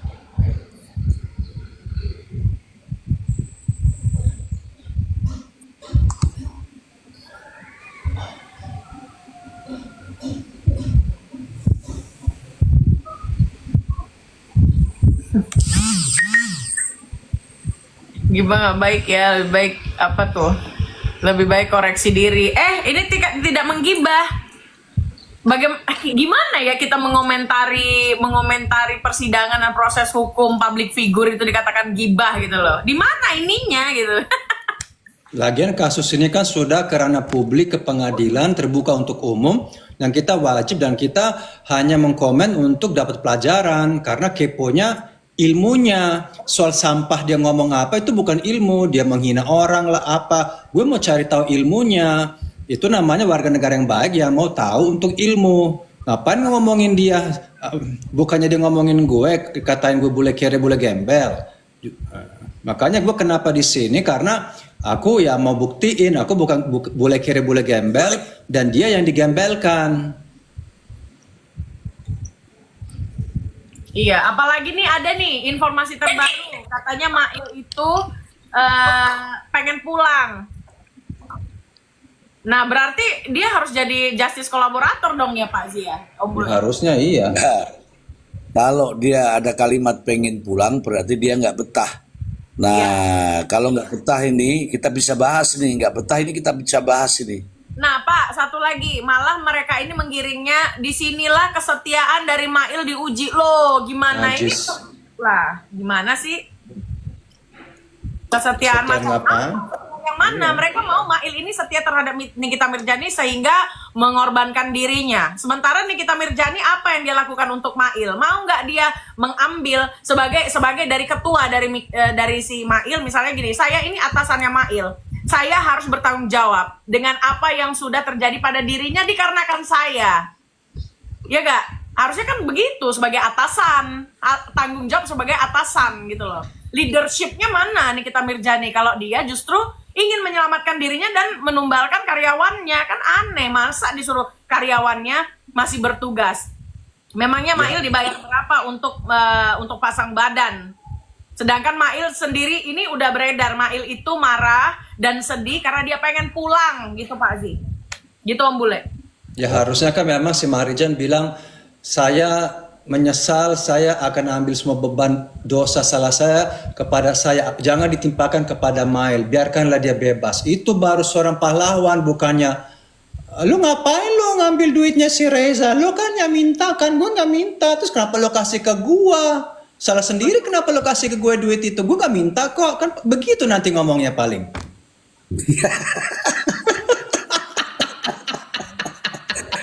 Ngapain kasih ke gue gak minta?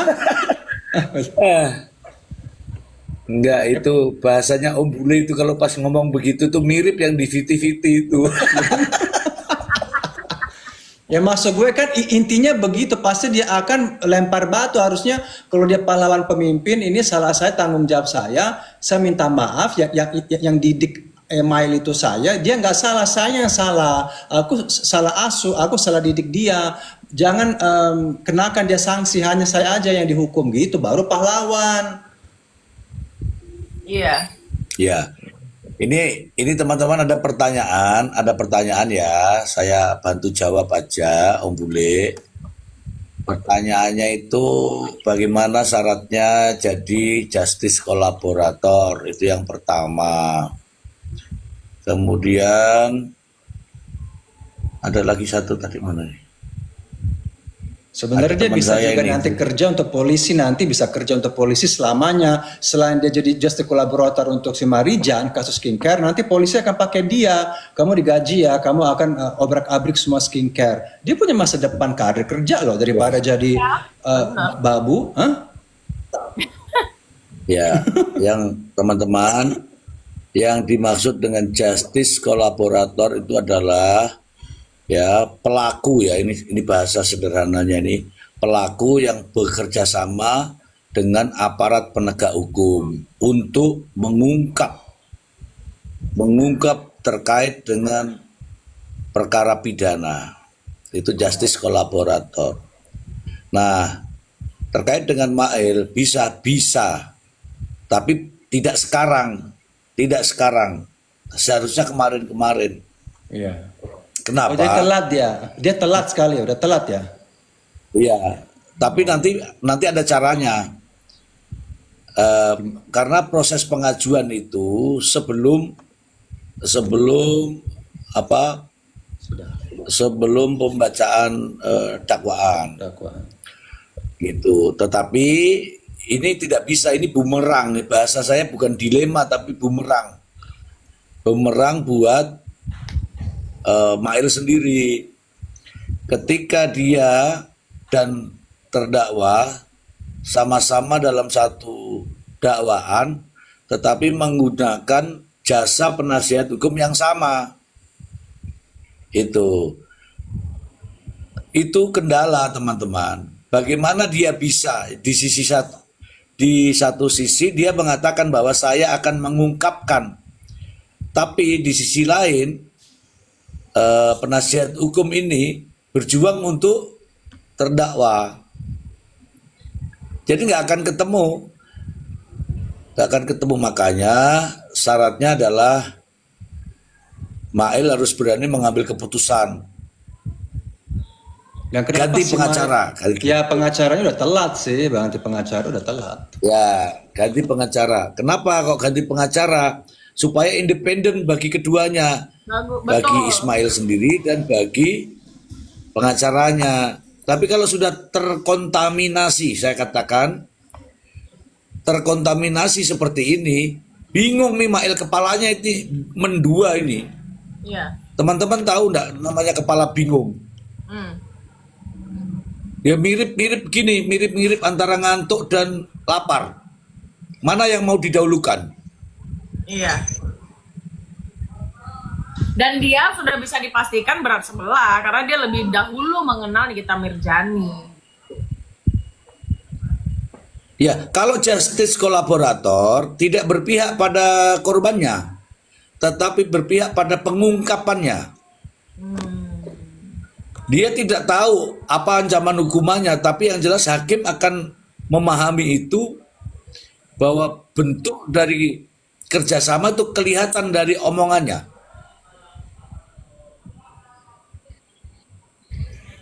Lah sekarang ini belum kelihatan.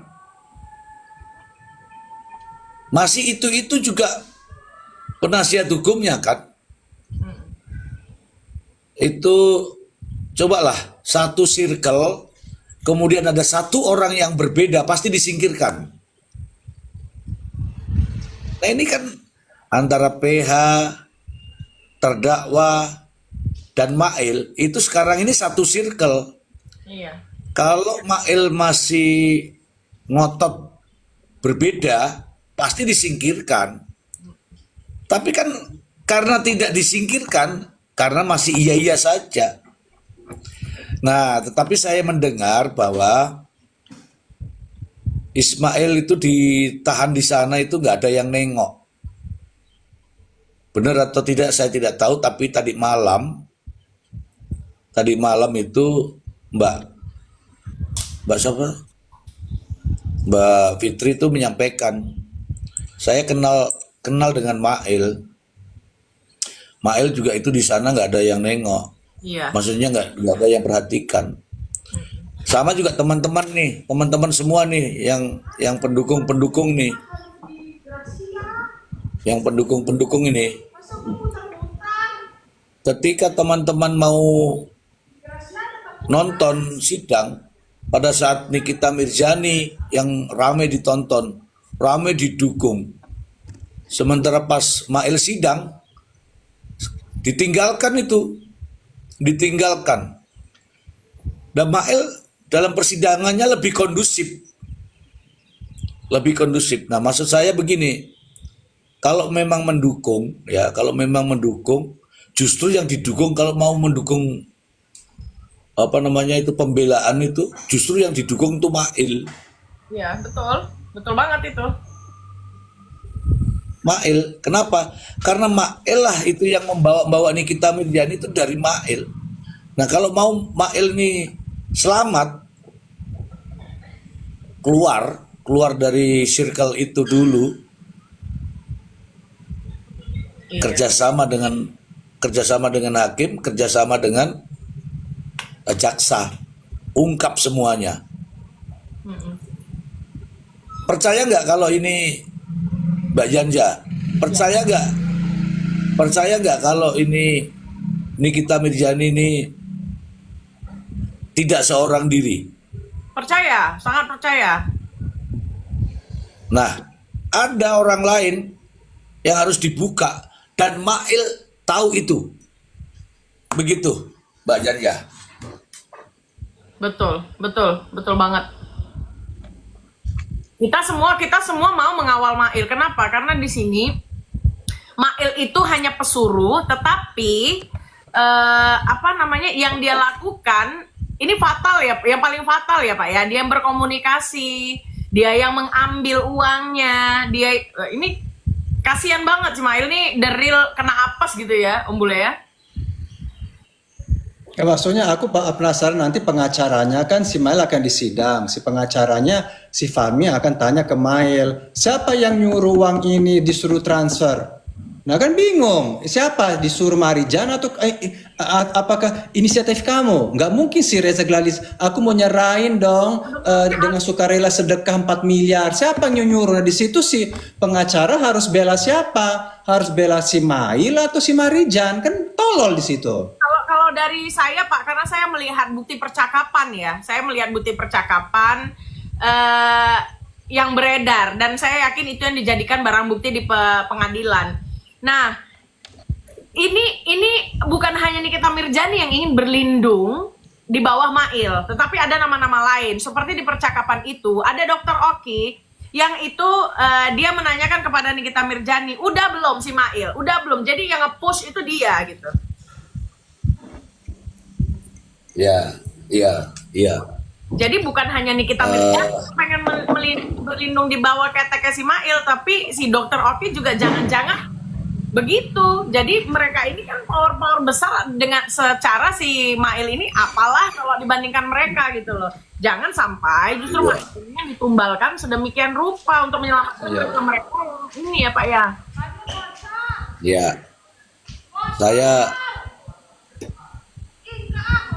Saya melihat begini. Ketika Mail benar-benar mau menjadi GC itu, tujuan aparat penegak hukum nih, jaksa, hakim itu bukan hanya pada kasus ini saja. Ada mungkin ya saya bilang nih, ada lingkaran besar di balik dua orang terdakwa ini yang harus diungkapkan. Tapi kalau salah satunya ini nggak mau terbuka, ya Mail akan mengorbankan dirinya sendiri. Padahal Mail itu bisa melindungi dirinya sendiri sebenarnya di sini ini bisa. Ya. Coba dibayangin ya, saya dapat bocoran bahwa Mail dari 4M itu Mail dapat 30 juta. Ya ampun. Dapat 30 juta, coba dibayangin aja berapa persen itu? 1. Iya. Nggak nggak sampai kan 1% itu. Ya nggak sampai. Nah, katanya dapat 30 juta. Resikonya nih, sekarang ini resikonya sama. Ya. Teman-teman, ini meskipun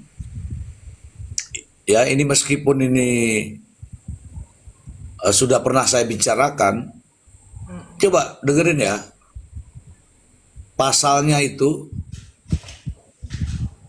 ancaman hukumannya itu mulai dari 6 tahun, 4 tahun, 20 tahun. Itu pasal. Jadi kita sekarang berbicaranya kan pasal nih, dakwaan, ya bukan? Iya. Betul, Pak.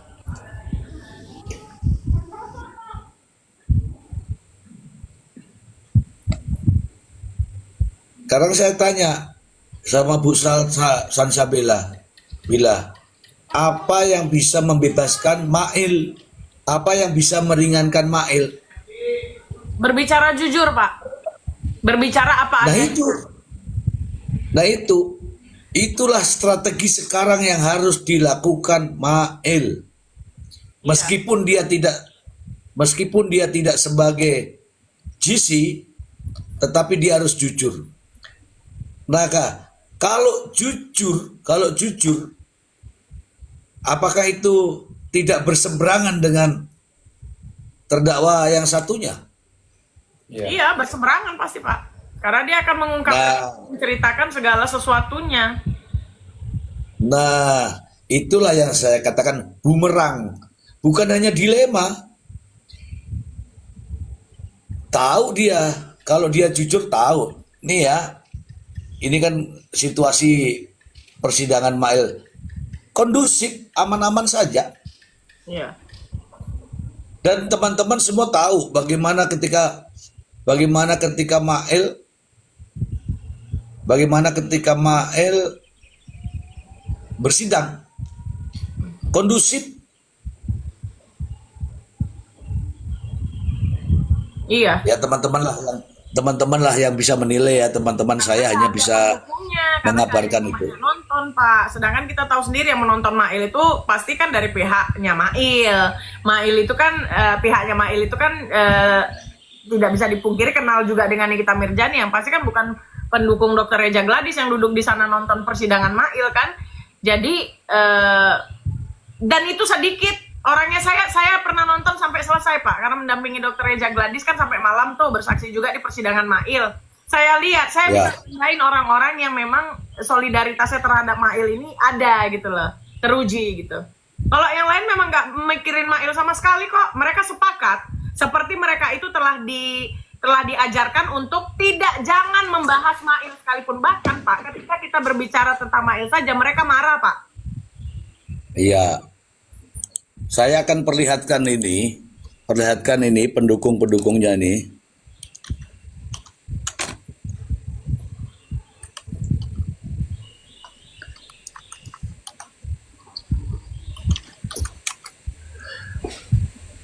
Yang demo selamatkan Nikita Mirzani itu, tunggu dulu ya. Tidak ada itu demo selamatkan Mail.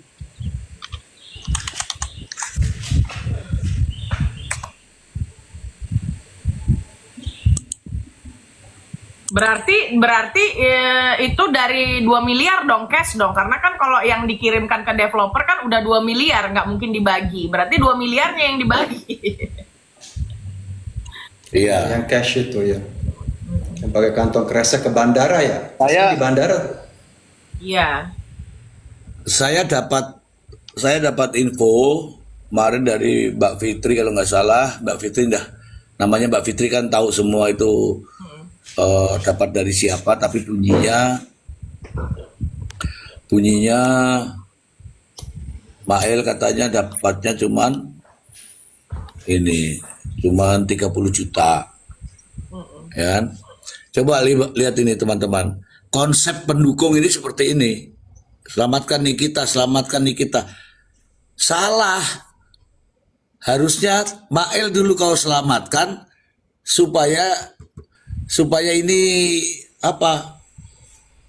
Tapi Justru selamatkan Nikita, Mailnya dibiarkan, Mail juga akan bereaksi. Buktinya ini sekarang bereaksi dia, sudah nggak betah dia di tahanan kan? Betul, marah, nangis dia.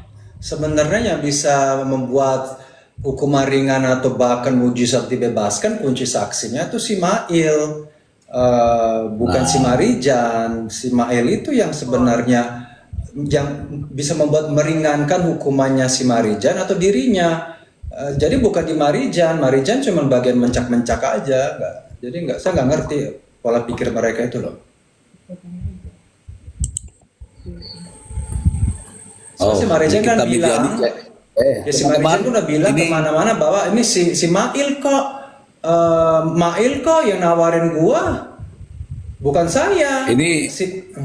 Ini live, Nikita Mirjani jadi saksi Mail. Kita ingatkan ya, Dengar. kesempatan saudara bisa hadir di sini, kita hargai, kita hormati, dan tentunya saudara harus menghormati kita, menghormati persidangan. Manakala ada yang membuat ribut, nanti petugas kita akan langsung mengeluarkan. Jadi kita Nah itu Pak Hakim tegas, ribut keluarkan gitu loh. bertanya terlebih dahulu. Terima kasih yang mulia, saksi Nikita Mirjani ya, seperti tadi sudah dibilang kenal ya dengan terdakwa ya. Kenal. Saksi Nikita Mirjani memiliki nomor paspor di 0852 77 1738.